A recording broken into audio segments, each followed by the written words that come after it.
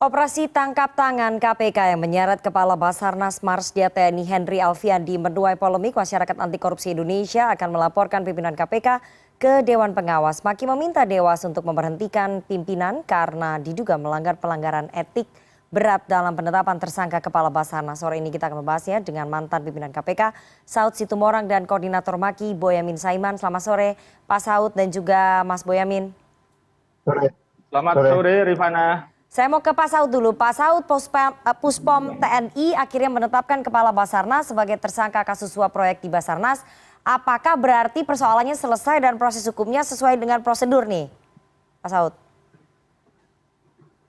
Ya, itu masih bisa debatable juga. Karena memang kalau kita bicara bagaimana sebenarnya case kemarin itu menjadi noisy, sangat berisik gitu ya. Sebenarnya itu kan nggak penting ya, nggak perlu berisik kayak begitu gitu.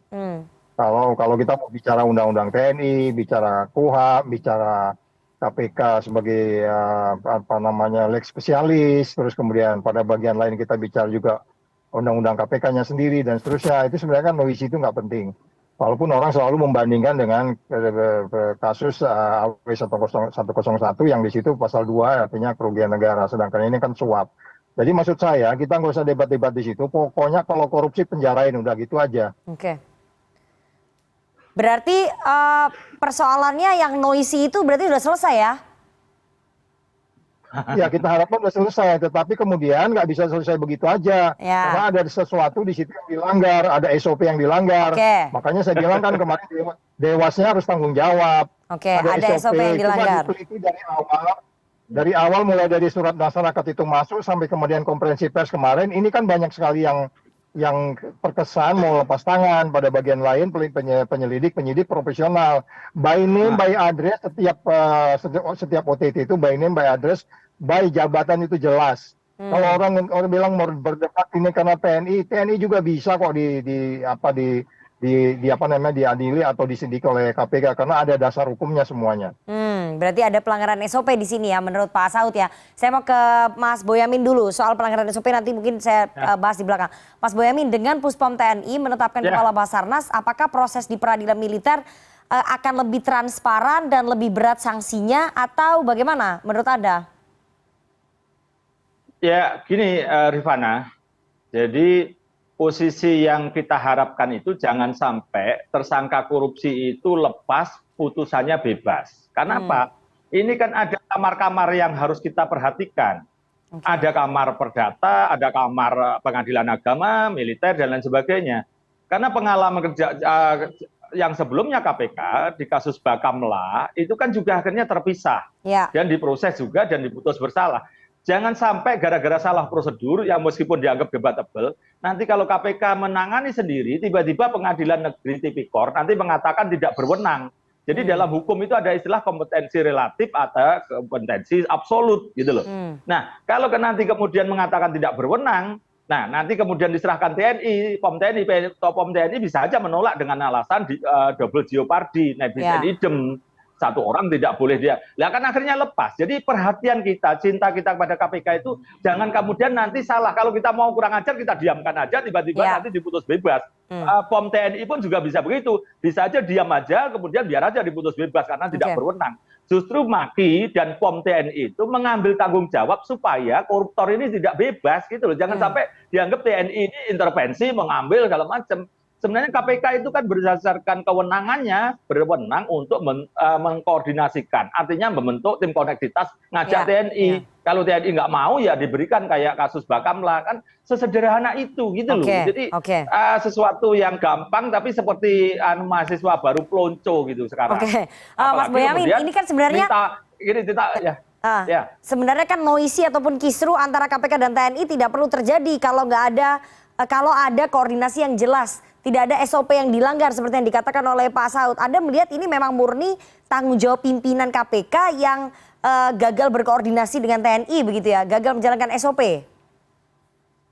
Betul kan, kemarin itu kan ketika gelar perkara hanya ngundang POM TNI yang datang level-level mungkin penyidik, bisa sersan, bisa kapten mayor gitu kan, bukan pimpinan, sehingga tidak apple to apple, sehingga mestinya kalau itu diundang, dibuat berita acara bersama, ini kita bentuk koneksitas ya, tim gabungan ya, selesai kalau di situ, sehingga jumpa pers bersama. nanti akan ditangani secara koneksitas, baik nanti auditornya juga koneksitas, nanti hakimnya kalau perlu koneksitas juga gitu, sekalian gitu loh. Jadi ini yang memang KPK ini ternyata saya bandingkan dengan Kejaksaan Agung, ketinggalan jauh keretanya. Kejaksaan Agung itu sudah ada namanya tim gabungan tetap koneksitas itu. Bahkan ada Jaksa Agung Muda Pidana Militer, ada surat keputusan bersama, ada MOU. KPK ternyata belum ada. Kemarin aja Pak Saud kemarin nggak dibuat-buat ini. Jadi saya kaget aja ternyata belum ada. Gitu. Ya, saya mau tanya ke Pak Saud. Pak Saud, artinya memang KPK tidak punya tim gabungan ataupun tim konektivitas begitu ya dengan instansi lain dalam menangani kasus-kasus korupsi semacam ini ya,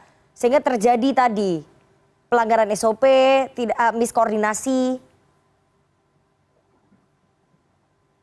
Pak Saud? Ya, itu makanya kembali lagi kalau kita pakai argumentasi logika hukum dan nalar hukum, mau ditangani secara sendirian di TNI, belajar dari kasus AW101, walaupun akhirnya itu SP3 diributkan orang gitu ya, itu soal lain gitu. Tapi kalau kita pun berbicara koneksitas, itu semua ada dasarnya, semuanya ada. Dilihat deh, kita bisa debat beberapa hari, semuanya kalau mau ditangani KPK juga bisa. Tetapi kalau memang kita bicara persoalan hukum di Indonesia yang lebih banyak persoalan sosiologinya, kita paham di situ. Nah oleh sebab itu saya bilang kunci utamanya adalah menjebloskan orang yang sudah prudent, yang sudah terbukti, yang sudah full toit untuk ke dalam penjara.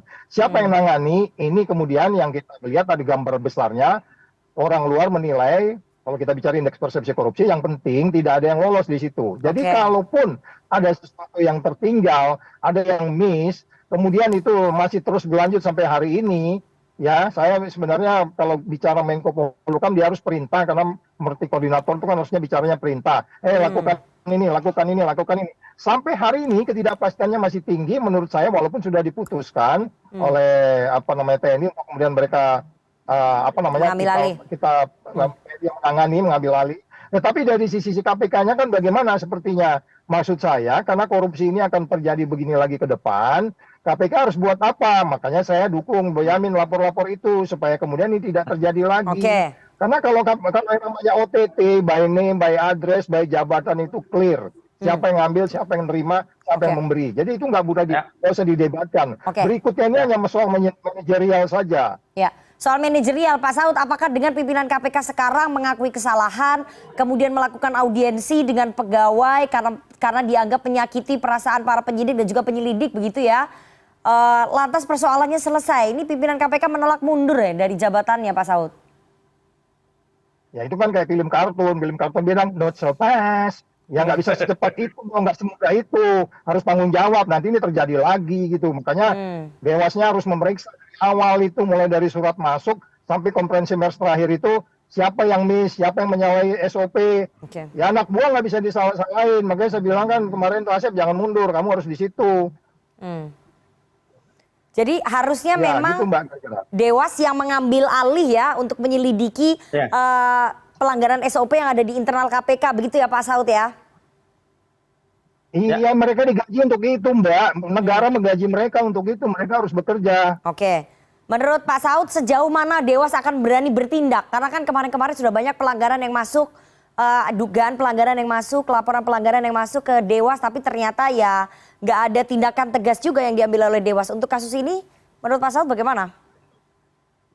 Ya itu yang saya bilang, bahwa marilah, kan kemarin saya bikin statement itu seolah-olah ada yang mengatakan kok Saud ini asbun gimana gitu ya kan. Ini serius bunyi, sesbun ini serius bunyi bukan asbun, bahwa memang Dewas itu Anda digaji untuk mengawasi day by day operation, day by day pekerjaan dari semua, mulai dari tukang obi sampai pimpinan paling atas, kan begitu. Jadi jangan dianggap bahwa kita kalau bicara untuk Dewas kemudian dianggapnya asbun, bukan begitu.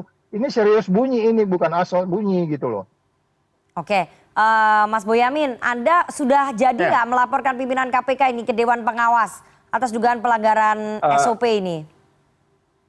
Besok siang sekitar jam 1, jam 2, suratnya sudah saya susun dan nanti kalau toh saya ini baru pulang haji, misalnya belum bisa berangkat ke Jakarta, ada tim yang nanti akan memasukkan laporan itu. Bahwa ini masalahnya sederhana, membuat terang perkara apa yang terjadi sih gitu. Karena kalau kita hanya berdebat di luaran, terus pimpinan KPK berusaha mengambil alih bahwa tanggung jawab tapi sebelumnya menyalahkan anak buah. Nah justru itu harus dibuka seterang-terangnya. Yang bisa buka siapa? Dewan Pengawas. Nah bahwa ini dugaan pelanggaran kode etik, iya pasti saya laporan gitu. Tapi kemudian nanti kalau penyelidiknya benar, pimpinannya benar, ya berarti direhabilitasi. Jadi belum tentu mereka bersalah, tapi saya laporannya harus pelanggaran etik karena pertama tidak berwenang kalau saya, kedua yang paling fatal menurut saya tidak ada sprindik ketika penetapan tersangka, diakui oleh Mata sendiri, ini yang paling fatal menurut saya gitu. Kalau soal menyalahkan anak buah itu kan bagian dari cari selamat, ya udahlah itu sikat kekanak-kanaan, saya tidak mau ngurusi yang kekanak-kanaan gitulah kira-kira. Oke, jadi ada pelanggaran SOP yang sangat krusial adalah tidak adanya sprindik ya pada saat pengumuman tersangka ini diakui oleh Wakil Ketua KPK Pak Alexander Marwata. Tapi Mas Boyamin, Anda kan banyak ya membuat laporan ke Dewan Pengawas gitu tentang pimpinan KPK, tapi kan tindak lanjutnya tidak sesuai dengan harapan. Yang ini Anda bagaimana melihatnya, pesimis juga nggak atau bikin laporan aja lah gitu? Tetap saya akan menggunakan mekanisme ini karena tidak mungkin saya akan kemudian teriak-teriak di luar, itu malah dianggap teriak-teriak di luar aja gitu. Dan saya apapun kan lumayan berhasil, misalnya helikopter Pak Firly, terus Bu Lili yang terkait dengan Binjai nyatanya juga dinyatakan bersalah kan gitu kan. Nah ini nanti mudah-mudahan saya setidaknya mekanisme dan jalur ini harus kita gunakan. Kalau tidak kita gunakan malah nggak ada gunanya kita teriak-teriak ini gitu. Jadi itu Rifana. Jadi kita berharaplah nanti Dewan Pengawas ini akan mengaudit kinerja dalam OTT ini mulai dari awal sampai akhir, siapa yang melanggar SOP, terutama tadi kuncinya kok diumumkan tersangka oleh Pak Alex Marwata padahal sprindiknya untuk itu belum ada. Mestinya kan kalau belajar ke saya cukup ngomong penerima itu diduga ini dan akan kita serahkan atau kita bentuk tim koneksitas untuk melakukan penyidikan sekaligus menetapkan tersangkanya. Tapi berdasarkan pengakuan pemberi diberikan kepada ini kan gitu aja. Apa sih susahnya? Semua KPK ini kadang-kadang lemot, kadang-kadang kebablasan gitu loh. Nggak tahu ini. Terus terang aja saya komisioner ini tidak bisa saya banggakan. Mohon maaf. Oke, kita tunggu nanti bagaimana hasil laporan dari Maki ya atas dugaan pelanggaran SOP yang dilakukan oleh pimpinan KPK ke Dewan Pengawas. Kita tunggu nanti ketegasan dari Dewan Pengawas untuk menyelidiki ini dari hulu sampai hilir. Terima kasih Pak Saud Situmorang, mantan komisioner KPK dan juga koordinator Maki, Mas Boyamin Saiman sudah bergabung. Sehat selalu.